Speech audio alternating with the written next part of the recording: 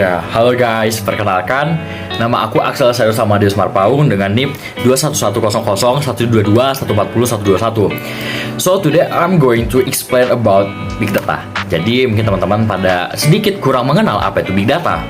Jadi Big Data itu sendiri adalah data atau kumpulan data yang sangat besar, kompleks, dan terus-terusan bertambah yang tidak dapat diolah dengan cara konvensional yang seperti menggunakan perangkat lunak dan analisis tradisional.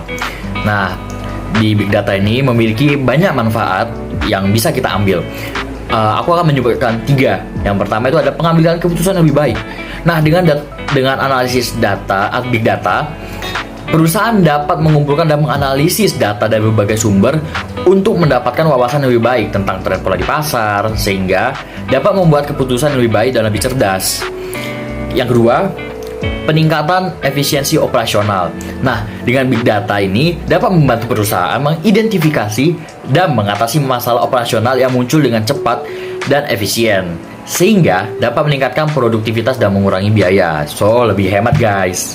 Lumayan kan bisa beli ayam geprek. Canda.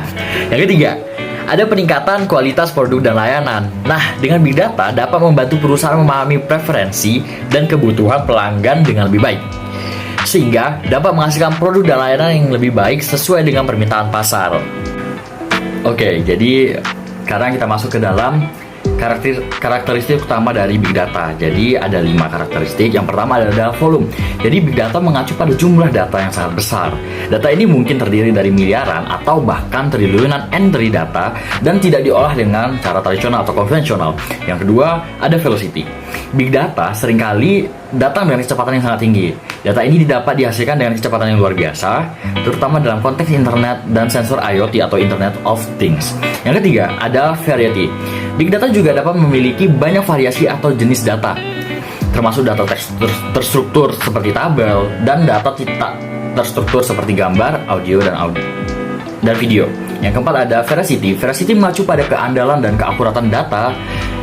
Dan Big Data dapat juga menjadi kurang akurat dan tidak terstruktur yang dapat mempengaruhi kualitas analisis. Dan yang kelima ada value. Value adalah dari Big Data memiliki potensi nilai bisnis yang sangat besar jika dikelola dengan baik dan digunakan untuk mengambil keputusan yang tepat. Namun, nilai dari Big Data sangat tergantung pada kemampuan untuk mengolah, menganalisis, dan mengambil keputusan dari data tersebut. Oke, kita masuk ke dalam teknologi analisis dari Big Data. Nah, teknologi analisis Big Data ini dapat meliputi berbagai macam alat dan metode yang digunakan untuk mengumpulkan, menyimpan, mengolah, dan menganalisis data dalam jumlah besar dan yang pasti kompleks. Nah, beberapa teknologi analisis Big Data yang umum digunakan adalah yang pertama adalah Hadoop, HDOOP. Nah, Hadoop adalah platform open source yang digunakan untuk mengelola dan menganalisis data besar. Hadoop terdiri dari beberapa komponen utama seperti Hadoop Distributed File System atau HDFS untuk menyimpan data dan MapReduce untuk memproses data. Yang kedua adalah Spark. Spark adalah platform analisis data open source yang dapat digunakan untuk memproses data secara real time atau batch. Dan Spark juga memiliki fitur yang cepat dan dapat digunakan untuk menganalisis data yang kompleks. Yang ketiga adalah No-Sol Database. No-Sol Database digunakan untuk menyimpan data yang tidak terstruktur atau semi-struktur seperti data teks atau gambar. Dan kemudian juga No-Sol Database dapat digunakan untuk menganalisis data secara besar dan efisien serta efektif. Yang terakhir adalah Machine Learning. Machine Learning digunakan untuk mengembangkan model dan algoritma yang dapat memproses dan menganalisis data besar secara otomatis. Dengan menggunakan Machine Learning, perusahaan dapat mengidentifikasi tren dan pola di data besar secara cepat dan akurat.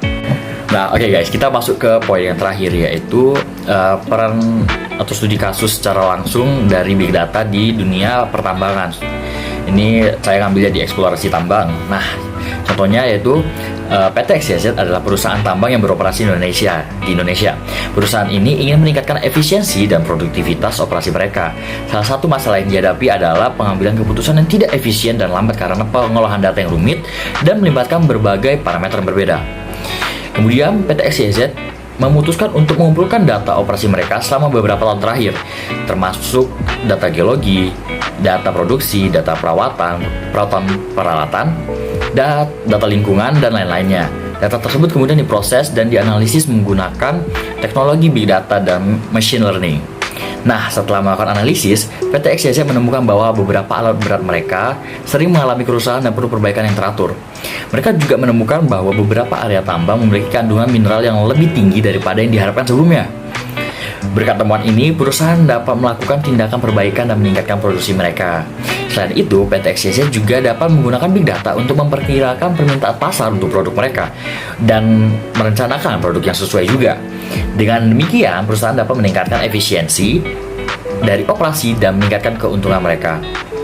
Kemudian, dalam studi kasus ini, Big Data dan Machine Learning memungkinkan PT XYZ untuk melakukan analisis yang lebih mendalam terhadap data mereka dan mengambil keputusan yang lebih efektif dalam mengelola operasi tambang mereka.